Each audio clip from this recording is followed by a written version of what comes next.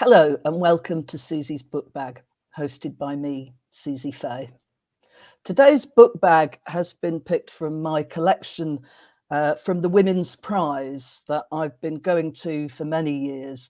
And as you can see, it says written by women for everyone. Seems like a wonderful, inclusive comment to begin my next interview. And it's funny to think of the history of the Women's Prize, that it started all those years ago because men seemed to be winning all the prizes and getting the big contracts and the big advances. And now look where we are. Women are ruling the world of publishing, and the latest Granta Best of Young British Novelists was hugely dominated by female writers. So whatever we think about that, it seemed like a good motto for somebody who has broken down so many barriers in her work beyond the world of books. I'm venturing into crime fiction this week with a fantastic novel by Nicola Williams, who is actually a judge. She has been a barrister for many years, and she's now a Crown Court judge. So this is a novel that really understands the background of the legal world, and it's utterly thrilling. I'm very delighted to be welcoming Nicola Williams into the book bag. Hello, Nicola. Hello, Suzi. I'm equally delighted to be here. Thank you very much. Right, well, let's begin with Until Proven Innocent. I see that you have got your first novel, or is that a poster behind you? Without Prejudice was your first novel, wasn't it? It was, and that's the cover for the reprinted edition, because Without Prejudice actually came out an almost embarrassingly long time ago. It came out towards the back end of the 90s and was republished by Penguin in 2021. And that was part of Bernardine Evaristo's choice of books, wasn't it? Yes, it was. Black Britain writing back. So the great Bernardine Evaristo is a fan. What it made me think was that you have the same protagonist, who is a female barrister, as you've been yourself for many years. Yes. She's called Lee Mitchell. And I wondered what it was about Lee that had just lingered in your mind. Did you always think, I'd like to go back to her and see what she's up to? Yes, for two reasons. First of all, although she's not me, she is very largely based on the younger version of me. And so I could write about the big ethical dilemmas that barristers and people in general find themselves in, but using her as my conduit, my cipher to tell that story. And secondly, I'd always had intended to write a series of books covering Lee from 30, which is when she is in Without Prejudice, to the cusp of her 40th birthday. So I'm going to write 5 books covering her life over that period of time, because I think a woman's life professionally and personally does change an awful lot within that time frame, and I wanted to cover that too. So she was always going to come back. I didn't think it would take 25 years to bring her back, and she hasn't aged 25 years. She's only aged 2.5. So. Yes, and Until Proven Innocent is a standalone. You don't have to have read Without Prejudice, Yes, but of course, absolutely. Without Prejudice, there are references to this previous case. So yes, perhaps you could just outline the differences between the two cases that she's tackling. In which book? In Until Proven Innocent? Well, in Without Prejudice, that's a fraud case, isn't it? Yes, it is. It's there's a main plot and a subplot. The main plot is the fraud case where Lee is. It's one of those sort of career-defining cases, and she ends up being instructed on it. And she has a lot to prove because she's in a very, you can tell this is probably more of a feature of its time, because when it was first written, there were sets of chambers like this, and now they're probably a little bit more diverse. But in that set of chambers, she was the only Black person in that set of chambers. She was really making her way up, sort of bootstrapping her way up, if you like. She gets this career-defining case, but then, all that glitters is not gold. That's that. And then, but the subplot is about a rape trial when her friend gets raped. And that was really supposed to show what happens when women who, if you like, dare to exercise their sexual agency when they are sexually assaulted and how the courts treat them. That was Without Prejudice. In Until Proven Innocent, Lee Mitchell is it's going back to the first book. The question, the driving impetus question behind that is, how can you represent someone you know is guilty? Every criminal barrister has been asked that at least once. The flip side for Until Proven Innocent is, how do you represent someone that everybody else thinks is guilty and is a really totally reprehensible human being and has done an appalling crime, but maybe, just maybe, they didn't do it. But how do you deal with the criticism and the opprobrium of other people, particularly from your own community, if you take that on?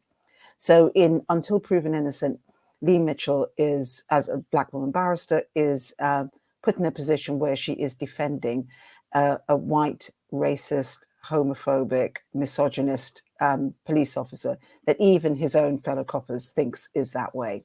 And he's accused of shooting in the head of a Black teenager who's the son of a local priest and community activist.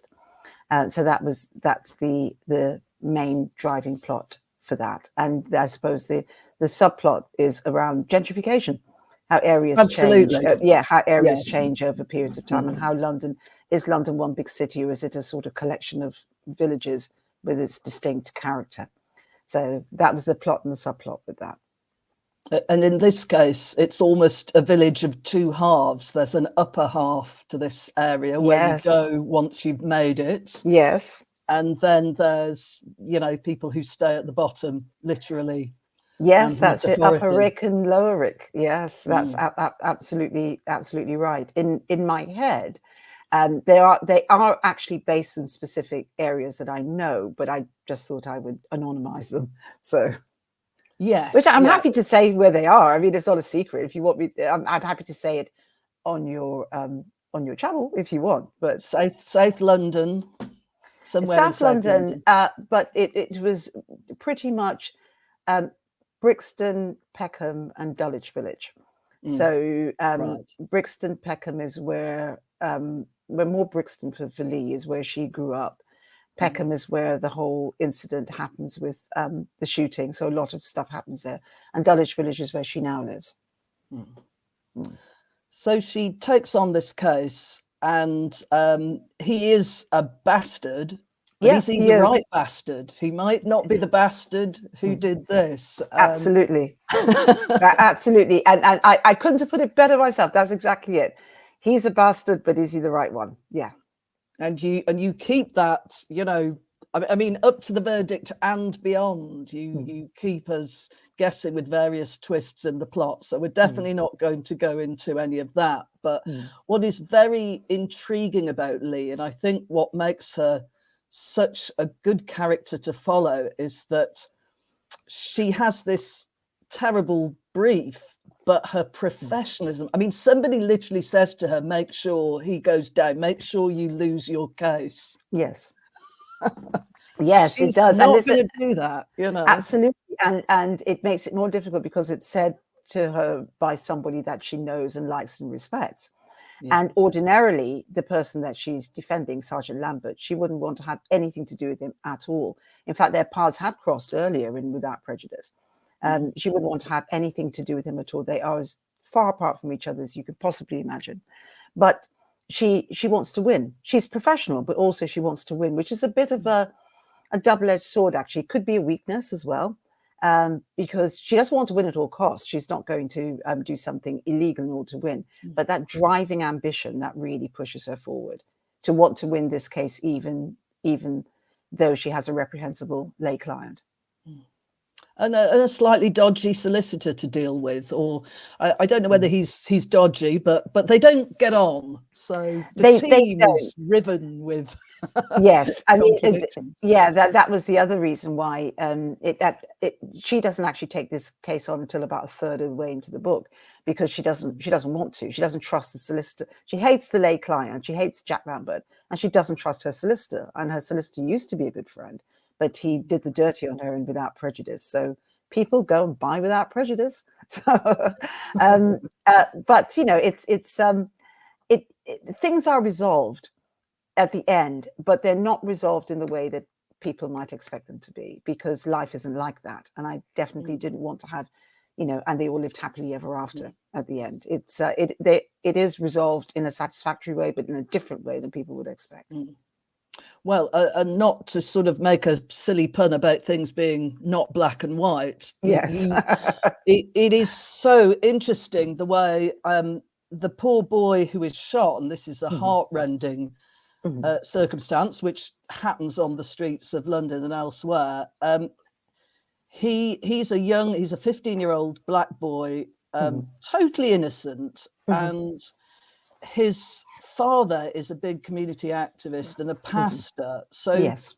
There is also another person who is shot dead, who is a poor, not exactly a child, but a white guy, and he's the one who truly has very few advocates indeed, because the police are saying with the case of young Paul, his dad is, you know, he's big in the community. We have to find somebody, you know, to pay for this. And there's a poor lad found in a stairwell that nobody seems to care about. And he's the white kid. Yes. No, that's absolutely true. And I actually wanted to turn that racial narrative on its head. I mean, make no mistake, usually it's the other way around.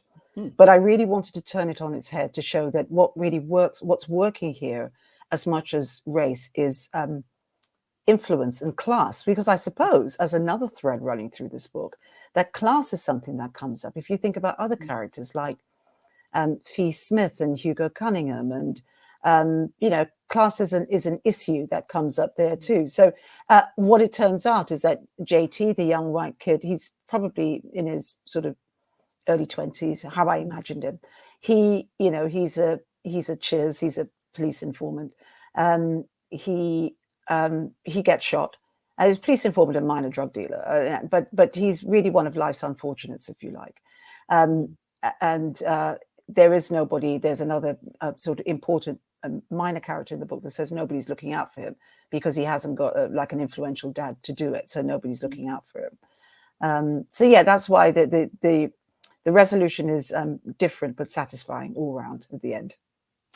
Well, I think with the introduction of the pastor, this is, you know, it's not major, and it's not a major theme, but it's something I picked up on. We almost have the idea of God's justice, pure justice, and the legal system is not about that. So you have wild justice, which is revenge.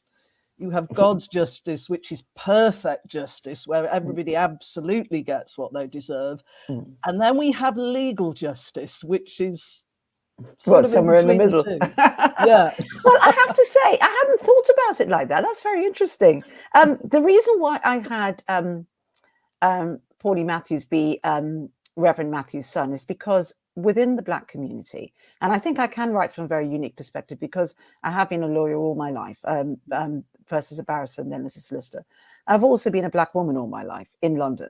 So there are different dynamics that I know about different things. So within the Black community, a pastor can have a tremendous influence and impact.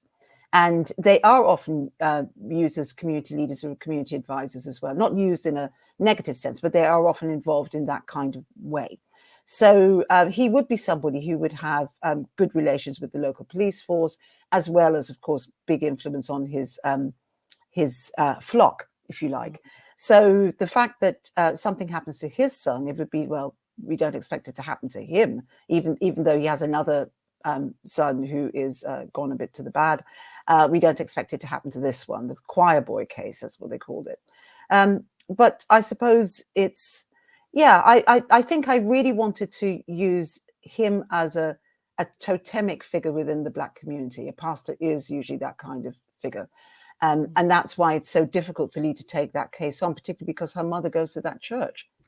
So it's the impact on her mother as well. And there's a particular scene which I actually found quite emotional to write, I think. Even it's not something that's happened to me or mine, but I could just imagine what that would be like when her mother's at the church and no one wants to talk to her. And yeah, so yeah, I wanted to explore lots and lots of different things about communities that maybe the average crime reader doesn't know about. Usually if there's something involving the Black community in Britain, it's usually with them, and this is my view, maybe other people would disagree, but it's usually with them either being the perpetrator of violence or the victim of sort of gang violence, but you're not seeing them in the context of a family.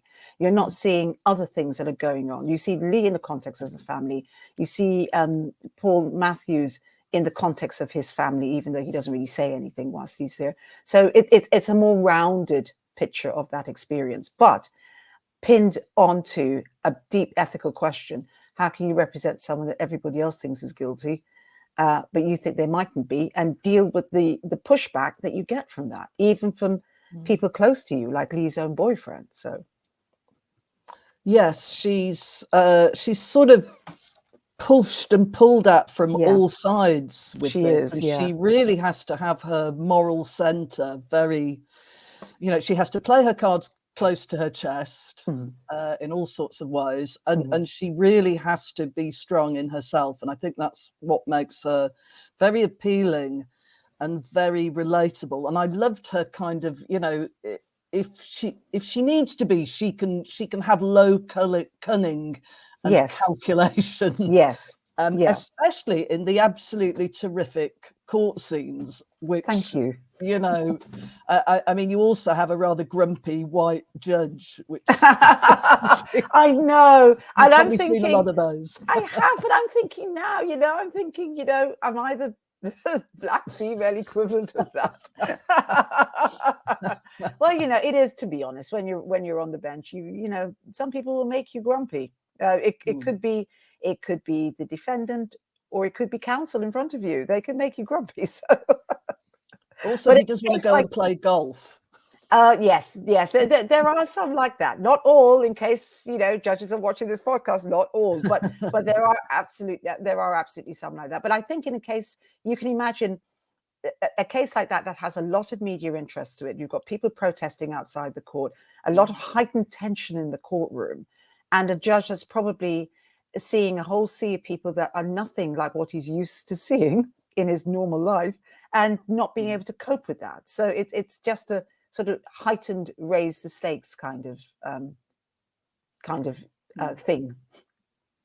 And certainly from the barrister's point of view and Lee's point of view, there's a line in it which I can't quote directly, but she is this pioneering black woman barrister, one of very few wanting to help her community and help the underdog. There's a line about her saying she wanted to get in this to help the underdog, and after hundreds of cases realizes that they're not always really underdogs, or you're not always going to get people that you can confidently raise your banner for. No, that's absolutely right, and that is true. I think any criminal barrister will tell you that you come in. Well, I can only speak for myself, but when I first started at the bar, I didn't just do crime. I did crime and civil work as well. But crime was what I loved about crime was the advocacy, and I've always, even though I'm a huge introvert, I can always speak up for other people. So I love that. I love standing up and arguing cases. And you do sometimes tend to think that, your first shoplifting case from I don't know, a local store, you think he's a victim of a massive state conspiracy. As a shoplifting, it can get, you shoplift from John Lewis, it's a massive state conspiracy, and you can get that kind of way. And then after you've done it for a while, you realize not everybody that tells you that they're not guilty is indeed not guilty. And conversely, sometimes people will plead guilty to things that they haven't done because they've got their own reasons for doing that. You've got people who are wrongly prosecuted, and in my opinion, based on more than 30 years of a legal life. So things they're definitely not, no pun intended, not black and white. There's lots and lots of shades of grey there. Maybe not 50 shades, but lots of shades.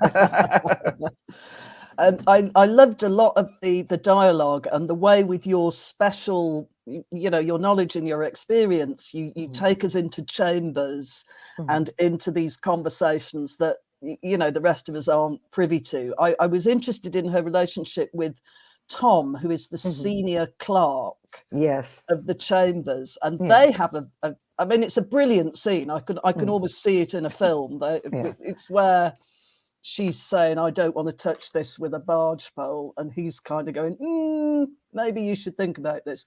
But what I wanted to ask was what is the status of the senior clerk? I mean, at one point you say he's almost like the CEO. So what is that relationship? Well, I'm so happy you asked me that, because I said I'm going to write 5 books with Lee Mitchell in it. Each bit is going to focus on different aspects of, I suppose, life at the bar or the criminal justice system. And the one I'm working on now is going to be around the senior clerk. Ah. Yeah, it is. They are incredibly powerful. They really are like CEOs of small companies. They can, a very powerful clerk, which is what Tom Mannion is, can make or break a junior barrister's career, because if they want to push them, and assuming the person wants to work hard as well, they can put them in touch with solicitors, get them really good cases, make sure they're always in court. But if they take against you, they can do the absolute opposite, or just make life pretty intolerable for you in chambers until you want to leave. So they are very, very, very influential. They usually, after the head of chambers, they're usually the next best paid person in chambers. Oh, right. So yeah, they're incredibly well paid as well. Yeah, they get often, well, my previous clerks got a salary and a bonus on top, which is a percentage of a base salary, which was high anyway, and then a percentage of all the cases that the revenue that came into chambers, they would get that on top. So yeah, they have a lot of influence and a lot of power, but they usually, certainly when I was at the bar, I think it's maybe changing a little bit now, they usually came from quite tough white working class backgrounds. So that's a little bit of a generalization, but I'm not wrong for saying that. If I think about my own clerks, my own senior clerks, that was exactly their profile. So you can have a situation where, and I think you see it in Until Proven Innocent, that Giles and Tom are the 2 most powerful people in chambers and the 2 best paid or highest earners in chambers. But Giles is very quick to make sure Tom knows his place as a clerk. He doesn't that just before Tom goes to Lee and says, look, this case has come in, they want you, and I know Mr. Townsend, Giles Townsend, the head of chambers, wants it. He had met with Giles Townsend before, and Giles kept him standing. He wouldn't let him sit down, really treated him as if he was some sort of serf. But in fact, in terms of influence and income, they are pretty much level pegging. So, but there is a class difference between the 2 of them, which Giles is not about to let Tom forget. And that isn't smart of him, as it turns out. No, it isn't. It isn't. You really want to stay on the good side of your clerk. You really do. And that is slightly extreme. I don't think even if many heads of chambers felt that way about their clerk, they wouldn't be so stupid as to act in that way. Not sure. Not if they wanted to work again, no. Well, again, and it might be, things can be heightened from the fictional point of view. But a lot of the sort of characters that are in the background, they are part of this matrix of privilege. I mean, you mentioned Fee and Hugo, and there is this sense that, unless they really screw up, they are pretty secure. They're going to be fine, Yes, and I'm so happy you said that, Suzi, because I really wanted that to come over, particularly with Fee. That's why Fee could effectively go slumming, knowing that. And she actually says it in one of the chapters, I know best for the people that are around here. I'm not going to rub it in their face, but I know best. And secondly, she actually says, I know that there's a cushion for me. If this doesn't work out, I know that there's a soft landing for me. And everywhere else on the Flowerfields estate, I don't think anybody else could say that. Yeah. There's a lovely scene as well that goes back to what you were saying about gentrification, which is the beloved Jamaican bakery that has disappeared, and what has come in its place. And I imagine you quite enjoyed. I did.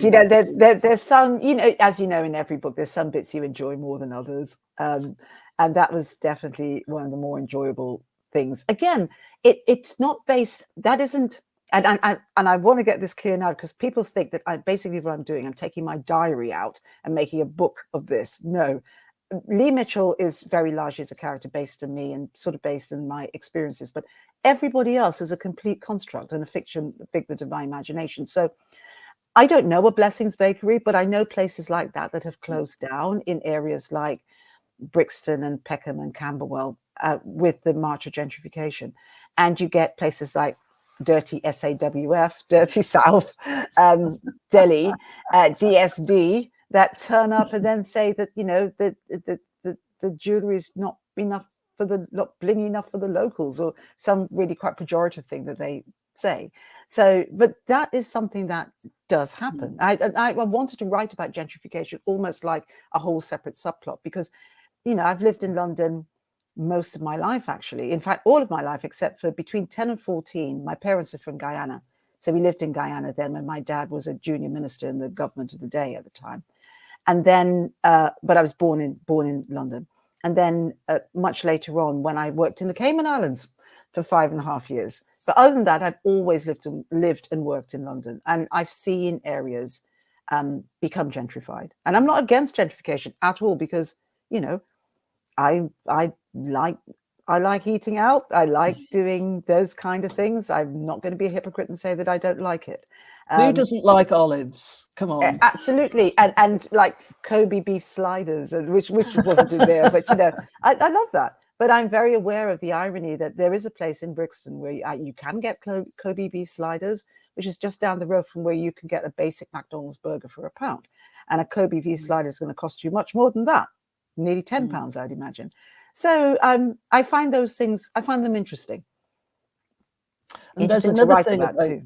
There's another thing about Lee, is that she is, I mean, she's a confident lady. That's what's wonderful about her. But she's also quite aware that there is a sense that, yes, you can be successful in your community and it's good to look successful, but, you know, don't rub people's nose in it, you know, don't go too far. She's sort of on a little bit of a class tightrope herself, isn't she? She is. And that was the other thing that the reason why I wanted to write about the gentrification. You know, I don't know which came first, the chicken or the egg. Lee feeling almost like survivor guilt that she has done well and other people that she knows hasn't done it, or about the whole issue of gentrification anyway. But her slightly spiky relationship with Kofi, the guy that runs the law center, where he you can tell that he kind of despises people that have moved up and out of the area, moved up to the hill,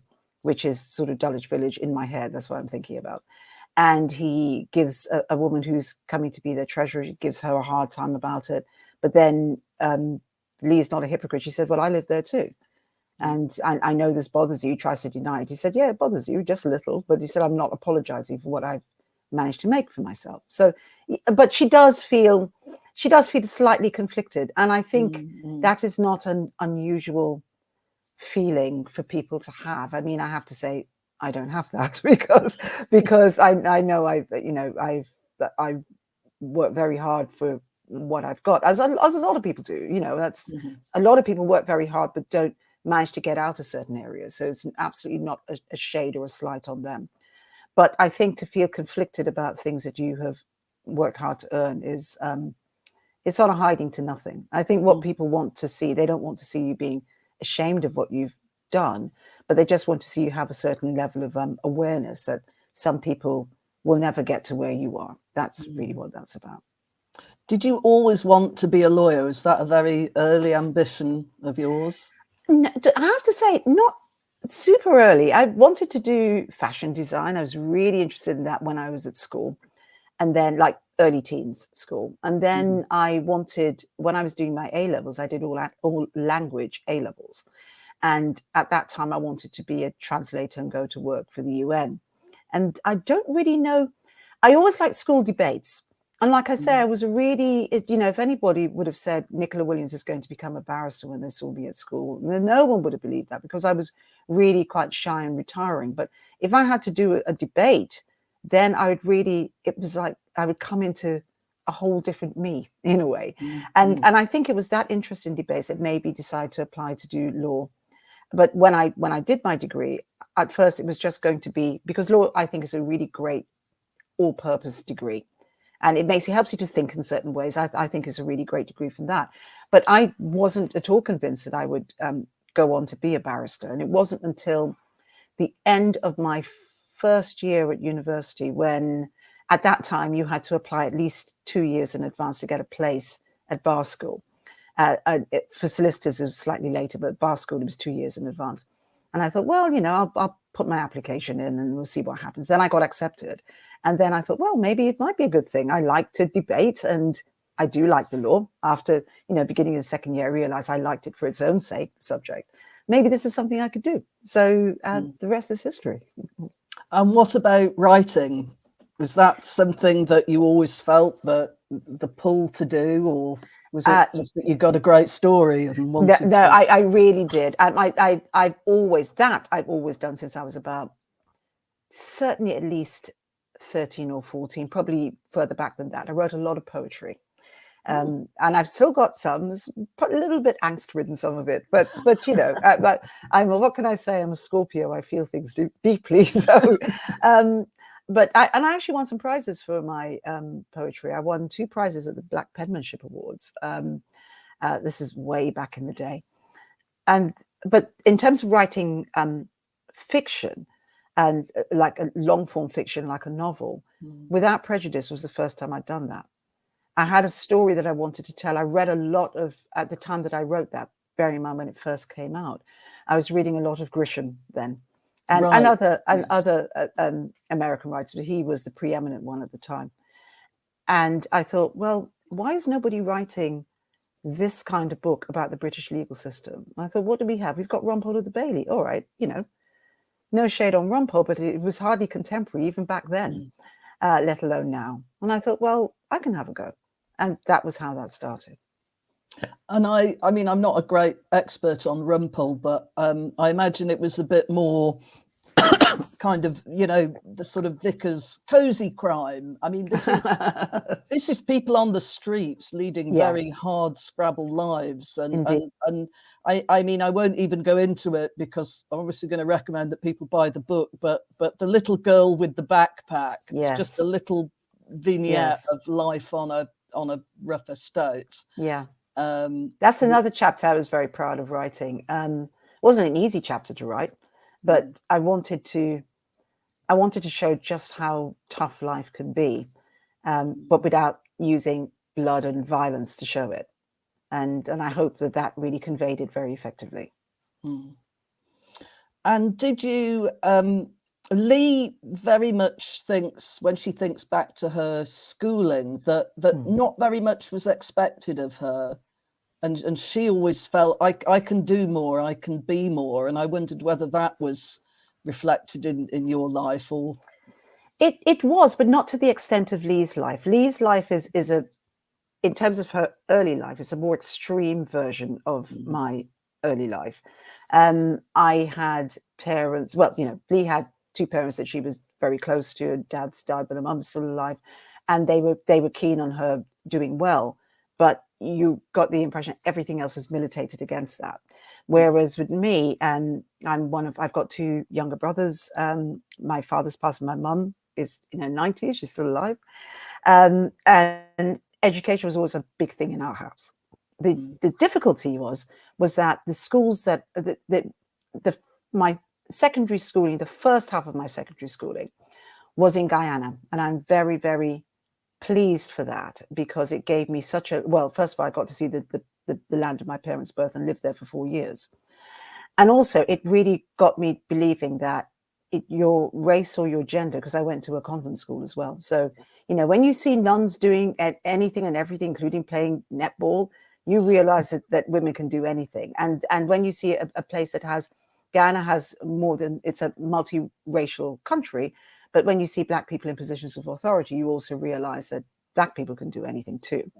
So when I came back to England, and that was not reflected in the school that I went to, just a regular comprehensive school local to me, at least I had that belief in myself, and my parents had that belief in me.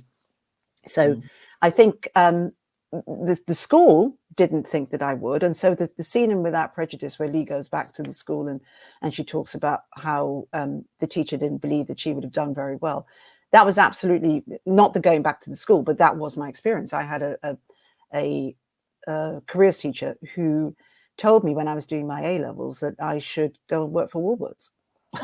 And I was doing, and this is no word of a lie. That's why I've used her name in that book. She told me that, and then she said, as an alternative, she said, well, I could go and become a nurse. Again, no criticism of nursing, but the type of nursing that she was suggesting at the time, I could have left school at 16 and done that. I didn't have to be in the A-level class to do that. But when I went home and I told my parents, they said, oh, forget her. You know what you can do. We know what you can do. So that was my saving grace. But for a lot of other kids, they would have believed that. Maybe they didn't get the kind of parental support that they would have wanted. And next thing you know, they hadn't fulfilled the potential that they actually had. So I think things have changed since with schools, but that was certainly my experience for sure. And how was it coming back to writing fiction for this book? Do you feel sort of, wow, I've missed it so much, or did you feel, God, I'm rusty? How was the experience? Oh my goodness! Well, I could tell you this by also telling you how I came to be published again, because there's a lot of serendipity around my writing. There's a lot of things that happened with my writing that I couldn't in a million years have planned. They just happened, which makes me believe that I know I'm on the right course. After I had originally written Without Prejudice, I actually had a 2-book deal at the time, and I lost faith in myself as a writer. It was with a different publisher. I completely lost faith in myself as a writer. And I didn't write for ages. And it took me a long time to even get taken on by those publishers. And, I won the Cosmopolitan Women of Achievement Award. I was spotted on a TV program. A lot of serendipitous things led up to that first publication. So you would think that I would have a lot of confidence to do it, but I didn't write for ages.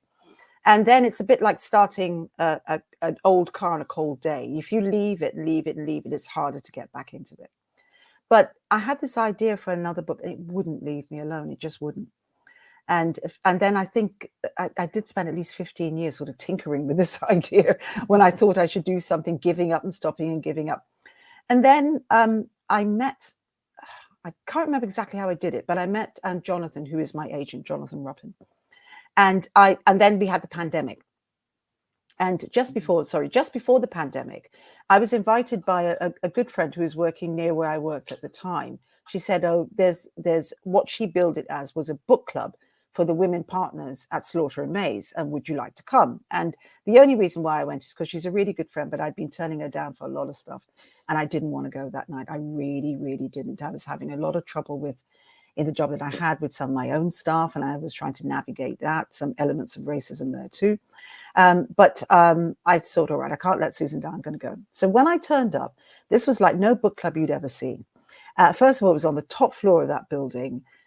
They had uniformed staff handing out bubbles and lovely nibbles, really nice nibbles. And you had books by Bernardine Evaristo, Diana Evans, Mallory Blackman, and Louise Doughty all stacked up. And I said, oh, how much for these books? Oh, no, everyone can get one if they want. So, and that included Girl, Woman, Other. So Bernardine saw me there and she said, I know you. And I said, no, I don't think you do, because I only knew her by repute. She's not a friend or anything. She is now, but she wasn't then. She said, yeah, you're that woman who wrote that book, didn't you, Without Prejudice? And I said, yes. And she said, what happened? Why don't you write another one? And I was looking all shamefaced and looking down and everything. And I said, life kind of got in the way. And she just looked at me quizzically. She said, that's a shame, a real shame. You should have written another one. I thought it was really good. That was probably about February. Then we had the lockdown in March of 2020. Then she wins the Booker Prize probably about 4 months later. And I get a phone call all the time. I've decided I'm writing again now. I don't care if no one sees it. I'm going to write until proven innocent. And then I got a phone call from Penguin saying that they wanted to republish Without Prejudice. And whilst that was being done, I was writing away my other book. And when that was done, they said they wanted to have a first look at it. And then the rest is history. That's how I got back onto it again. But if I had asked Bernardine after that, I said, if I hadn't come to that event that night and I hadn't met you, would you have thought about including me in your 6 books? And she said, Nicola, honestly, no, I wouldn't. Not because I didn't think you were a good writer. I thought you were an excellent writer. But everybody else I included, apart from one person who's deceased, was still writing. They weren't getting published, but they were still writing. I thought you just given it up for the law. So that's the kind of serendipity that happens around my writing. Fantastic. I'm so glad Bernardine played a part in that, as she's played a part in boosting so many writers and people generally, Yeah, I always give her full credit for that. If it wasn't for her, I'd like to think my book would be good enough to get published by somebody, but it would have been so much harder. And she really helped with that. Yeah, I think getting on the fast track is really good. And I understand that there's a TV deal. There is some in the offing. How's it going? I beg your pardon. Sorry, what did you say? How is it? How is the TV deal going? Is it well? The options. Studio Lambert has the option on Without Prejudice, and things in TV land seem to work slower than things in writing land. So it's going, but maybe more slowly than I thought it would do. But I'm very excited to see it on a screen. And do you know, when I was writing it the very first time, because I was writing between midnight and 4 a.m, and then I would get up and go to court. So I survived on 4 hours sleep for 9 months to a year. But, you know, I really wanted to do it. And I couldn't do that now, but, you know, back then I could. But I had this, what would keep me going like 3:30 in the morning would be a sort of vision of Steven Spielberg coming to say, Nicola, I really want to make your book into a film. And when he got to like 10 million pounds, I said, all right, Stevie, you can have it. Now that really got me through it. Now I'm not saying, you know, this is just an option. So, you know, people, we're not talking, no, there's been no mention of millions. I don't want people to think that, but it's really nice to see it because I do believe it's quite a visual book. People have said that to me. They've said it's both my books are page turners and that they're quite visual. People can kind of see things that are happening, and I want that to happen. So I would also say that the dialogue is really crisp as well. Thank you. And really kind of moves along. So I saw those scenes in terms of the dialogue and the interplay between the characters, and the various different shades of interplay between the characters. I mean, there's the character Ray, who obviously featured in the first book, who you know, I mean it's a real patchwork. Not only is it top to bottom of society, but there's kind of people. I think it would work well in TV because there's lots of play for the sort of second rank characters in a way. I agree. Who are really interesting. I agree. I think it's definitely now that we're, you know, in the 25-year gap between the first publication Without Prejudice and now we're in the age of TV and streaming. I think it would really work as a 4 to 6 part drama, that kind of thing, because then you can bring out those minor characters more. And Ray is a kind of favorite character of mine, I have to say. That's one of the reasons why I brought him back, because he's got a little bit of a crush on Lee, you can see. But you know, it's one of those, you know, it's never going to go anywhere. But that's kind of, you know, how he feels about her. But he's also a bit of an avenging angel in the second book too. Yeah, and then you know, I mean, I think in terms of Lee's love life, there's a lot to play with there. I mean, that could go to some interesting places. Are you already working on book 3? I'm nearly at the end of book 3, and I also know where I'm going to go in book 4 and 5. Right. Yeah, so I know where I'm going with that. And then after, I also want to write another, not a Lee Mitchell book, but another crime book about county lines drugs. But that won't be a Lee Mitchell book. I'm thinking about a different way of doing that.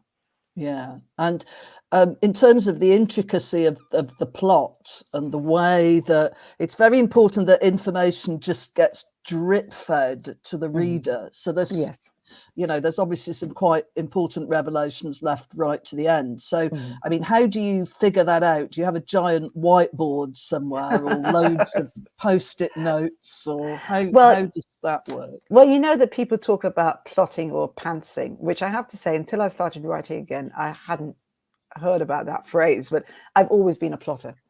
When I wrote Without Prejudice, and I didn't do it exactly the same for Until Proven Innocent, but it was quite similar.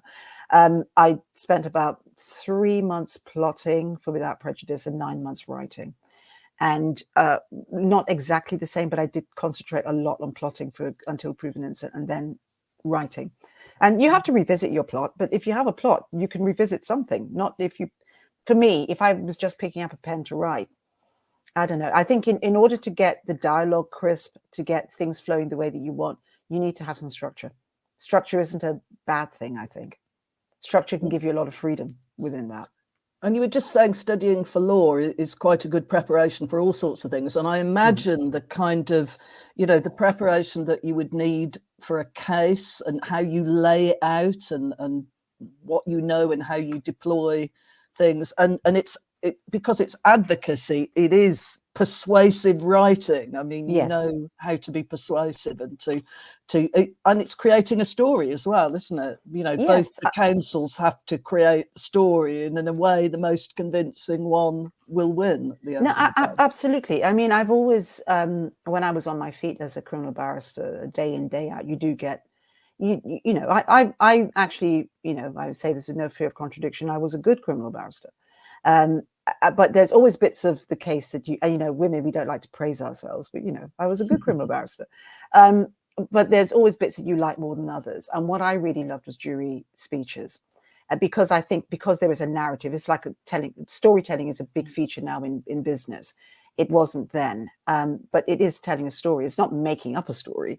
You have the evidence before you, but you can put different spins on the same evidence. And it's up to the jury, what counsel says, plus the evidence that they have, it's up to them as to who to believe. But I've always loved that. There are other barristers I know that love the cut and thrust of cross-examination. They like that instead. Some like legal argument on finer points of law when the jury aren't there. But for me, I've always loved closing speeches. And what about the acting part of it? I mean, acting is part of that, isn't it? It is, because you really are on stage, but it's not as flamboyant. I mean, first of all, you're dressed in dark clothing, a dark suit, and black robes and white bands or collars for women, and a white wig. So you're quite limited. You can't come out in a pink wig and yellow bands or something. So you are, well, you can, but I don't know what will happen to you if you did. So you are limited with that. So you have to use your voice. You can't do wild gestures, but you kind of use your voice and your gravitas to try and get points across, or to try and win a jury over. And even as a judge, not about acting, but about how you run a court or how you control a court, because the jury have to trust you if you're going to be summing up the case to them, and they have to respect you. And so you have to be able to hold the reins of it as a judge. So yeah, it's and you use that by inflections in your voice, not with a gavel. If you don't have a gavel, you've got to be able to control people in some way. So that's what you do. Are you enjoying being a judge? I do. I will honestly say that right now I'm probably and I've done lots of different jobs. I've worked in England, I've worked abroad, and I've loved pretty much every job I've ever done. But right now I think I'm, in terms of the balance of my working life, I think I'm the happiest, because I sit part-time as a judge, and I do that out of choice, because there is no way I could sit full-time and write books. There is just no way. I would not have the time to do it. But I sit part-time as a judge, and the other part of the time I write. So I would say probably about 40% judging in terms of my working month, if you like, 40% writing, and 20% I sit in a couple of boards as well.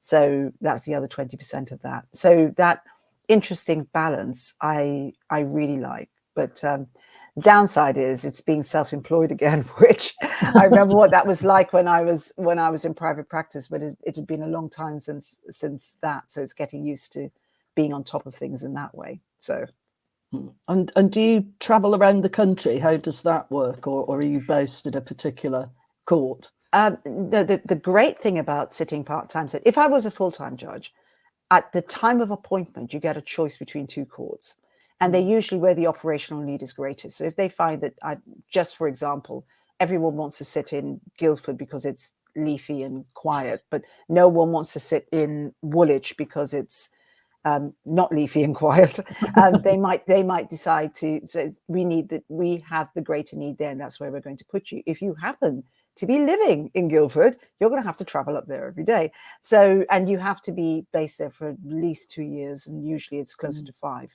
When you sit part-time, you can choose where you want to sit. So, and you choose how many days you want to sit, or how many weeks usually. And so I tend to go for courts that I can drive to fairly easily, but aren't immediately on my doorstep. I think you need a little bit of distance. I used to sit at a court that was very close to where I lived, and then I bumped into someone in the shopping centre, that I had actually sentenced.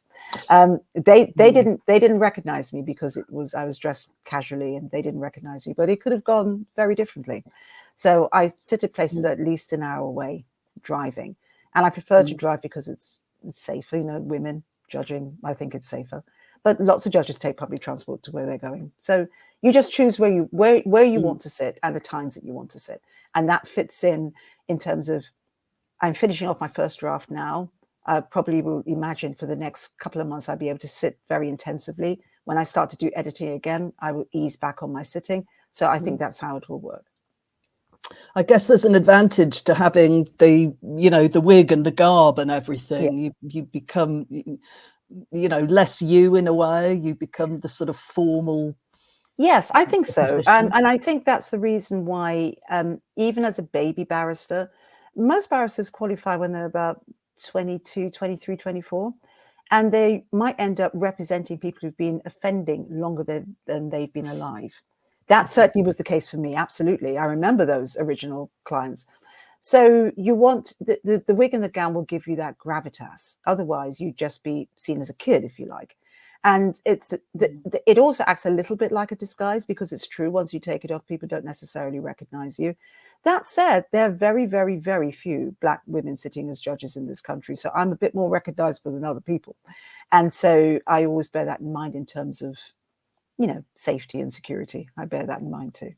Yes. Has anybody ever mistaken you for somebody else, or not thought you were the judge or the barrister? Or yes, yes, I've been mistaken. These are a long time ago, though, so I'm happy to say it. But I do remember going up to Sheffield to do a big civil police misconduct case, and I walked into the robing room, and there were other barristers in there, and I had my my suit and my carry-on case. It was clear what I was there for, and one of them actually he looked up at me and said, "This is the robing room, are you lost?" Yeah, no, I'm serious. I'm serious. Yeah. I've had that. Other people I know have had that.